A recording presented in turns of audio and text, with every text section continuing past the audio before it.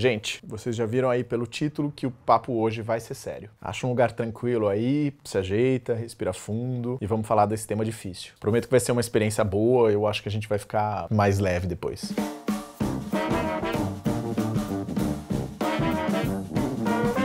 Desde que a gente começou a gravar o Gay Nerd, bullying é um tema muito pedido pela galera que vem conversar comigo por inbox no Face, ou por e-mail, ou pelo Instagram, ou até abertamente nos comentários. Eu sempre relutei em falar sobre isso por vários motivos. O primeiro é que eu não sabia se eu teria algo de inédito pra falar sobre isso. Eu não queria fazer um vídeo só pra dizer, olha gente, bullying é horrível, não faça isso com os coleguinhas. Você jura? Não diga. Um outro motivo é que eu não queria contar os bullying que eu sofri só pra gerar empatia. E é claro, empatia é importante. É legal poder dizer, olha, se você tá sofrendo bullying porque você é gay, ou porque você é nerd, ou porque você é gordo, não se desespere. Você vai sobreviver, as coisas vão melhorar. Eu sei que isso é importante, mas eu não queria abordar esse assunto de um jeito que parecesse artificial. E o último motivo, e talvez é o mais bizarro, é que eu fiquei muito pensando se eu poderia falar sobre isso. Porque quando eu comparo a minha história com a de alguns amigos gays, eu fico me perguntando se talvez eu nem tenha sofrido tanto bullying assim. Olha só que loucura, né? Como é que esses traumas mexem com a cabeça da gente. Eu tenho amigos que odiavam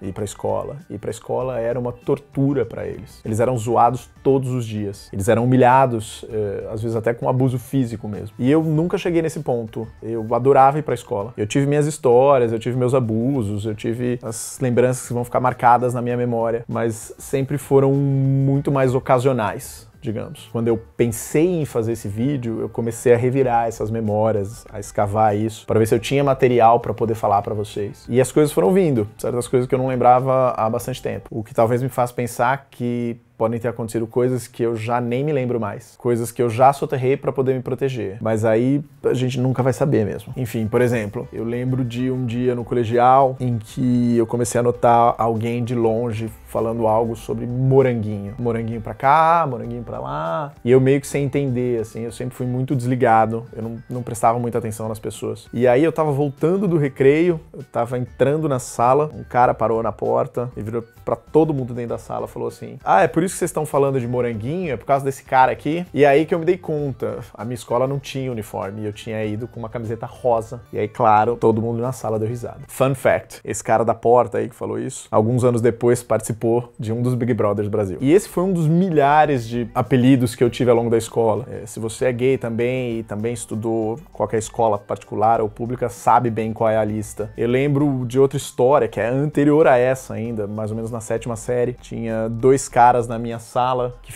desenharam do zero uma caixa de sabão em pó Omo, que aí, obviamente, eles escreveram Omo com H. E aí eles tentavam colar essa embalagem nas minhas costas, ou quando eles não conseguiam, eles deixavam na minha mesa, ou colocavam na minha mochila, nas minhas coisas, enfim. Teve uma outra vez que esses mesmos dois caras, convenceram um conhecido meu a tentar me amarrar na cadeira da sala de aula, depois das aulas, usando fita crepe. Eu nem lembro como é que eu escapei, eu só dou graças a Deus que nessa época não existia silver tape no Brasil. Mas nessa história em particular, o que mais me doeu, na verdade, é que esse cara que eles convenceram a tentar me amarrar, na verdade, era um antigo amigo meu. Tipo, na 5ª série, a gente morava no mesmo bairro, então a gente ia muito um na casa um do outro. Isso daí, a história da fita crepe, já rolou quando a gente tava na 7ª e a gente já não tava tão próximo assim. E ele claramente tava tentando fazer isso pra agradar esses outros dois caras, porque eles eram populares e tudo mais. E aqui eu acho que tem uma coisa que quem já sofreu bullying talvez vá se identificar. Esses dois caras, esses do sabão Omo, enfim, eles alternavam. Algumas vezes eles me chamavam de viado, de boiola, etc. Outras vezes eles agiam como se fossem meus amigos. E aí eu ficava lá no meio, sem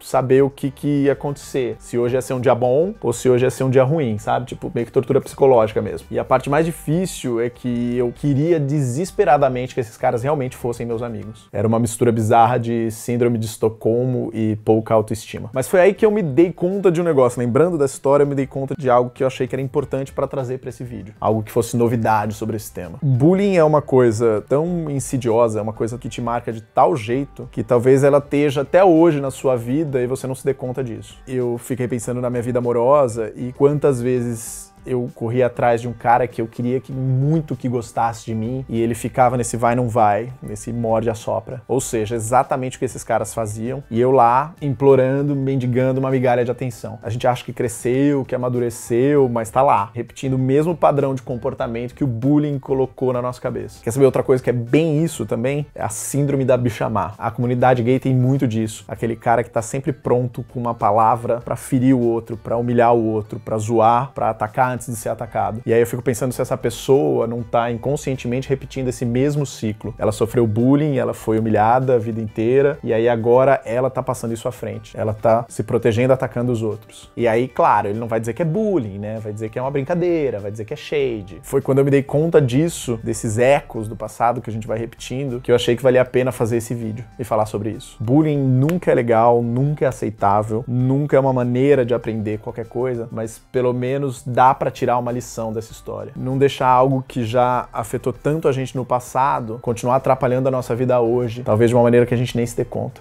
Esse vídeo podia ficar enorme, a gente podia continuar ele loucamente. Eu sei que essas histórias de bullying sempre rendem, provavelmente você também deve ter as suas. Então se você quiser continuar esse papo, me chama no inbox do Face ou, enfim, me manda mensagem, me manda e-mail ou no Instagram. Vamos conversando. Ou se você quiser, deixa aí nos comentários e a gente vai fazer uma grande terapia coletiva. Falar sobre isso sempre ajuda, sempre tira um peso do nosso peito e a gente se sente melhor depois. No mais, se inscreve aí no canal, dá um like nesse vídeo se você gostou, se você se identificou e compartilha ele na sua timeline, tá bom? A gente se vê no Gay Nerd da semana que vem, cada vez mais gay, cada vez mais nerd, de preferência com um tema um pouquinho mais fácil.